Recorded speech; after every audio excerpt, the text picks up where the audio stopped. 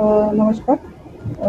जे अमरावती जिल्ह्याचं सरासरी क्षेत्र आहे खरीप हंगामा अंतर्गत ते आहे 6,82,000 हेक्टर. त्यापैकी आजपर्यंत 5,09,000 हेक्टरवर पेरणी झालेली आहे, जी जवळपास 75% पेरणी झालेली आहे.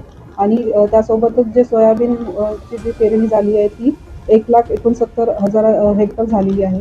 आणि कापूस पिकाची जी पेरणी झालेली आहे ती 2,19,000 हेक्टर पर्यंत झालेली आहे. जवळपास 81% कापूस पिकाची पेरणी इथे झालेली दिसते.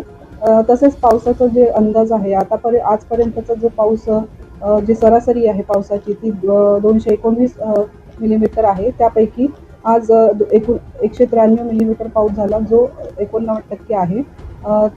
आता तुम्ही जे विचारलंय बियाणे तक्रारी संदर्भात, तर अमरावती सब डिव्हिजनमधले 5 तालुके, तसेच मोर्शी सब डिव्हिजनमधले 4 तालुक्यांमधून जवळपास 200च्या वर आमच्याकडे बियाणे उगवणीच्या तक्रारी सोयाबीनच्या बाबतीत आलेल्या आहे, ज्यामध्ये वेगवेगळ्या कंपनीचे व्हेरायटी असलेले वाण असलेले सोयाबीनचे बियाणे आहे.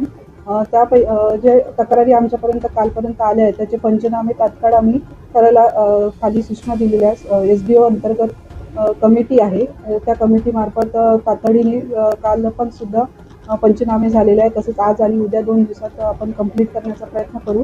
तसेच SDOची कमिटी कमी पडत असल्यामुळे आपण सहाय्यक कृषी अधिकारी, मंडळ कृषी अधिकारी, तसेच उप कृषी अधिकारी यांच्या अध्यक्षतेखाली सुद्धा प्रत्येक शेतकऱ्यांकडे जाऊन पंचनाम्याचे जे काही आहे ते तातडीने पंचनामे करण्याचं सुरू आहे.